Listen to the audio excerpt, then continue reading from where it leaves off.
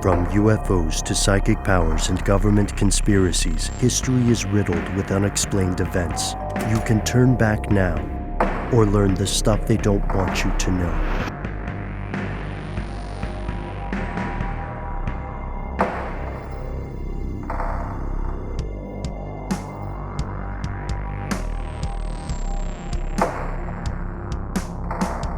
We're pretty excited about this one. We have been kicking this idea back and forth for a while, and it relates to museums. As you can imagine, being that we're all somewhat on the nerd spectrum, we're all big fans of museums, right? Like, I don't know about you guys, but every city that I come across, one of the first things I try to do is find a museum that I've never been to or heard of before, and then visit it. And for my money, the more obscure and regional, the better. You know what I mean? I love that stuff.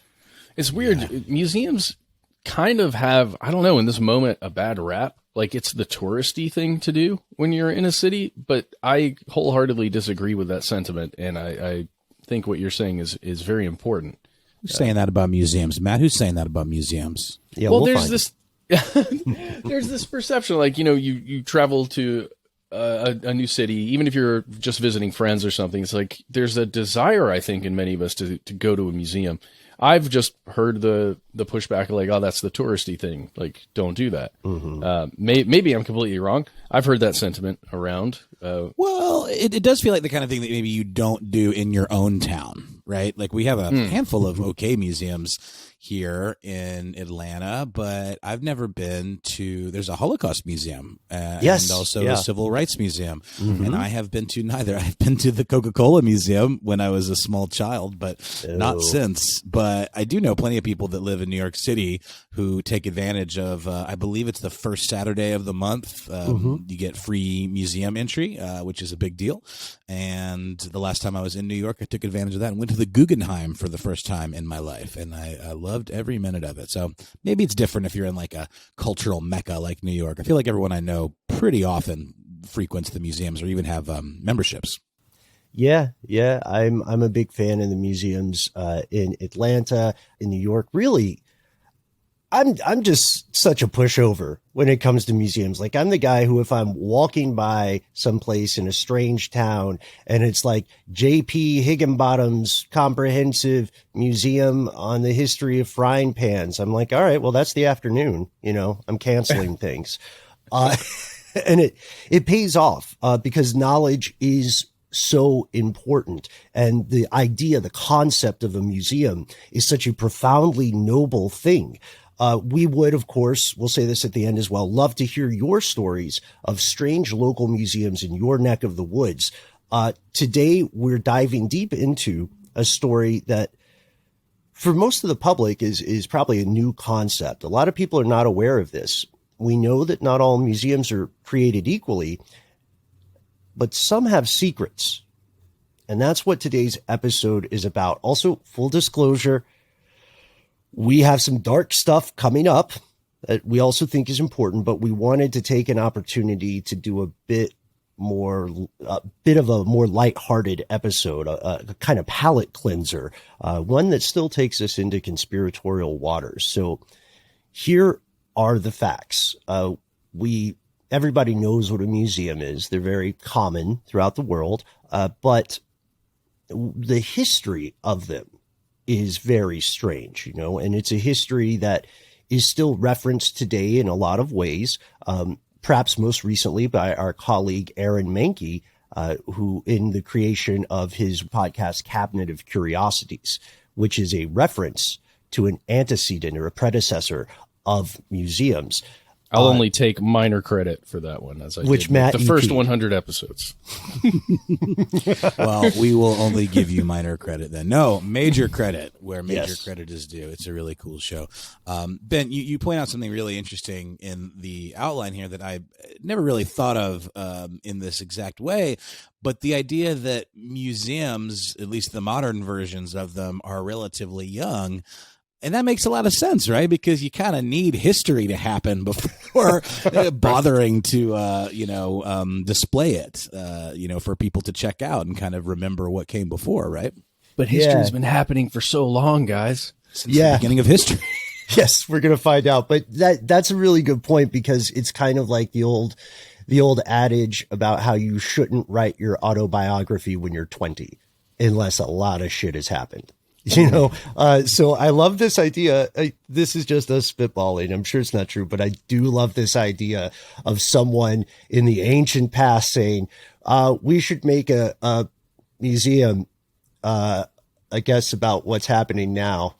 What do we got? Fire. That'll be one. Let's see, I got some vitamins. Let's do that. Yeah. Sorry, they wouldn't have those. Here's a rock. It's a brown rock. All right. A rock from Iraq? Hey, rock from Iraq, which is also, I think we're doing this every episode now. I propose that could be a candidate for an album name. We just need to figure out the band. But yeah, you're right. Museums, the modern version, is younger than I think many people assume. But the concept, the predecessors of museums are very, very old. So old, in fact, that experts today are not sure where the first museum was located, when it was constructed. All we know is that it speaks to a primal urge of the human species. Human beings, one thing they have in common is a lot of gregarious pack rats. You want to collect stuff, right? And then you want to show people stuff. You might not let them take it, but you want them to know that you have it. Yeah. Dude, and that gets into some weird stuff that we've talked about before with certain countries, especially the United States and other Western countries, that just have a huge collection of different things from other countries and other times that they maybe shouldn't have necessarily. And have been giving back, actually. A lot of plunder and pillage goes into museum collections oftentimes. It's sort of the dark underbelly of museum culture, I guess. Yeah, I think it was, I want to say the Hellblazer comics. I read some great line where John Constantine is talking about museums, and he says, this is where the British Empire drew the line and said, we're only giving up so much. So it's kind of a cynical thing, and it's fictional, but it is a huge, huge ethical issue. And we're going to run into some ethical issues today as well. Yeah. Do you guys remember that movie, The Relic? Oh, yeah. Oh, yeah. I think, so if anyone doesn't remember The Relic, I think it was like an early 90s, kind of bad early CGI monster movie that takes place, I believe, at the Metropolitan Museum of Art in New York. But it's almost like here's museum curators getting their comeuppance for taking stuff that doesn't belong to them. Wow. Yeah. All right. Well, I need to watch it. My goodness. Well, hey, I'm glad we brought up Iraq, because that is maybe not the first museum, but it's like the thing that came before a museum, right? Mm-hmm. Yeah, it's the oldest. Right now, it's considered the oldest known museum-like thing. It was called the Inagaldia Nanas Museum, and it was built on the orders of a Princess Inagaldi, toward the end of the Neo-Babylonian Empire. So that puts it around 530 BCE. In less academic terms, that's like 2,500 years ago. So the concept of a museum predates the concept of Jesus Christ. That's how common this urge is in the human species. And I'm actually surprised that we didn't find even earlier collections of things. I think they're out there. Yeah. You know, just like hidden still maybe. Yeah. Like Göbekli Tepe, you know, like that's an ancient and very mysterious human structure. I don't know if you can call it a temple or a town. It's weird. But this museum in modern day Iraq, is considered to be like the first thing, the harbinger of things to come. It's the oldest thing people found so far. And interestingly enough, this, princess's collection, her museum, was itself a history museum. And it contained artifacts from earlier Mesopotamian civilizations. And then later, of course, you see a common thread with the well-to-do collecting objects and artifacts that they consider to have social, cultural, or spiritual significance, like Romans and Greeks. Their collections weren't quite what you would call a modern museum either, because they would be inside temples. These artifacts would be in temples, or they would be like statues in bathhouses or on estates as a flex. Look at me. I am doing well enough to have statues in my house. And then they were connected with libraries too. So a library would kind of contain both the concept of a museum and a library. Like you've heard of the Library of Alexandria. There was also a Museum of Alexandria, neither of which are around today. I mean, a library is kind of like a museum of ideas in many ways. Mm-hmm. Ooh, a museum I of like mind. that Beautifully put. Yeah. And this takes us, like, our next broad step is toward something called wonder cabinets or cabinets of curiosity. And the phrase cabinet is misleading because usually they were like a room in someone's house, someone's estate or their mansion or their palace or whatever. And you could think of these like miniature pop-up museums, kind of like the, what is it? That museum in New York. It's museum with like 3 or 4 M's at the front, but that place is literally a little cubby on the street, and it's amazing. It's one of the, it was one of the best museums I went to in New York for how unique it was. But these cabinets, quote unquote, these rooms, they were flexes. That's what they were. They weren't open to the public, not for the poors and the proles and the peasants. They also represented just like the entirely arbitrary whims of the curators, the people who paid for this stuff. You know, I'm really into ethnobotany, or I guess at that time they would just say botany. And now I collect plants. Or I'm a lepidopterist. My thing is butterflies. I have a room full of dead butterflies that I've pinned to the wall. Nothing creepy. Yeah. And yeah. Unless there's actual human remains of some sort that were significant, which was a thing. Mm-hmm. These things are fascinating. If you can actually find quite a few depictions of Cabinet of Curiosities that never actually had a photo taken of them.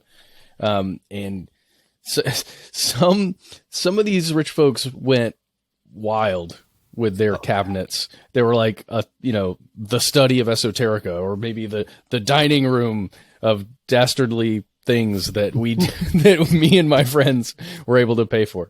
Anyway, it's just weird stuff.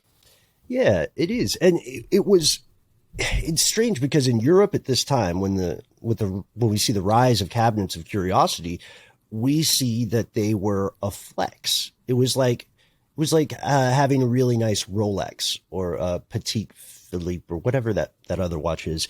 And you would, if you were a member of the upper class, you would want people to know that you had these things, that you had this cabinet, and people would generate buzz about it. And they would try to curry social favor by having other members of the elite come see their cabinets and talk about them, or by being lucky enough to snag an invitation to whatever cabinet was hottest in town at that time.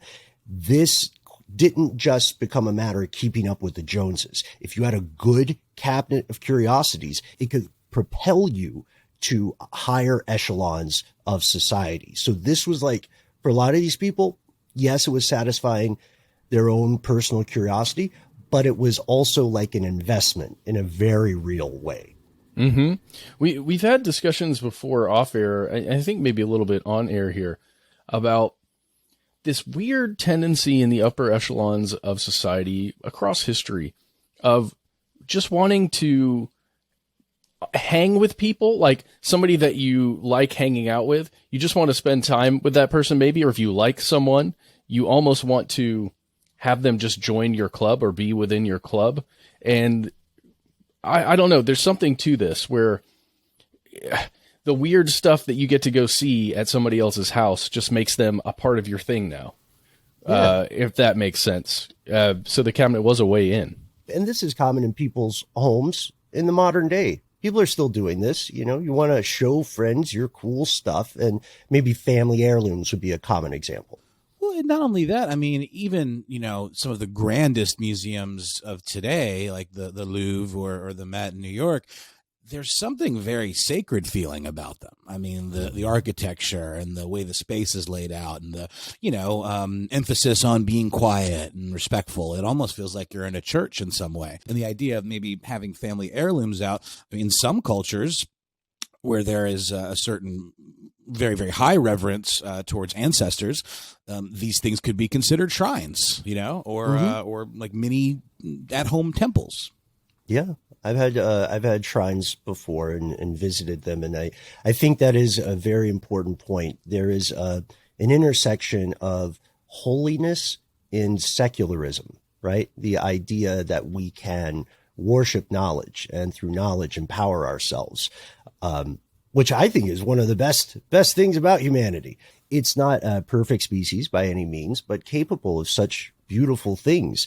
And if you want to look at the modern museum, by which we mean an institution dedicated to educating the public, then you're going to look at the Amberbach cabinet. It started as a private collection in 1661, and then in like 10 years later, 1671 or so, it opened to the public. This was, as far as we know, the first public museum in the world. And that meant for the first time, a common person who couldn't afford schooling, maybe wasn't literate, could still get a chance to see all this cool stuff that was normally reserved for the elites. And then the majority of modern museums, the majority of like the first wave of them, happens more in the 1700s. Yeah. Well, you figure out that you can make a profit by just having cool stuff, right? You don't have to do anything with it besides put it behind some glass or, lock it up to where people could see it from afar but not touch it, and people will give you money for that. Oh, okay. Yeah, that's a great business model. And of course, you guys know I have a long-standing plan to create a museum for a time. I think we talked about that a while back.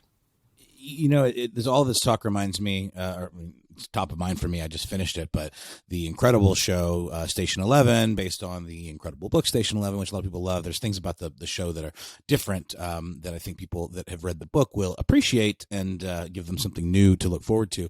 But in the story, both in the book and the show, there is something called the Museum of Civilization. It's not a spoiler to say that this is a show where a massive portion of the Earth's population is wiped out due to a virus that is has a very, very high mortality rate. And in it, there is a group of characters that end up kind of creating a safe haven in this airport. And they build something called the Museum of Civilization that, highlights things like iPad type things. And, over time, they gather these artifacts and display it in the control tower of this airport. Yeah. And what's startling about that is it is a repository. It's meant to maintain a through line from one generation, one era to the next. And from that perspective, I would say that museums are some of the most important of human endeavors. Libraries as well. Libraries are very much like museums. It's no surprise that museums took off when the public could see them, whether it's free, whether it's, a couple shillings or whatever. People love this stuff. Here in the U.S., oddly enough, we're very fortunate to have an abundance of museums. Not all of the same quality, yes, admittedly. But I was looking up some stats, and one of the most recent ones I could find was 2017. There's a book called The Museums of the World, and the author, De Gruyter Sauer, estimates that this planet is home to around 55,000 museums scattered across 202 different countries. And of those, the U.S. is home to an estimated 33,100 museums. Most of them on Route 66. No, I'm just joking. Get your kicks. Yeah. Yeah, I know. And, these museums, again, they run the gamut. I have not checked yet. I have not figured out whether or not there's a museum of museums. I just don't know how they would get the exhibits in the door. But that's not what we're here to talk about today. We just wanted to give you the background because, fellow conspiracy realists, not all museums are created equal. And when we say that, we're not just saying that some are, hokey tourist traps and some are amazing scientific institutions. Both are fun. Yeah, yes, both are wonderful. There are some museums that you will never get to visit. And it sounds weird, it's strange, but in some cases, their very existence is shrouded in secrecy. So we're going to pause for a word from our sponsor, and we'll dive into this contradiction.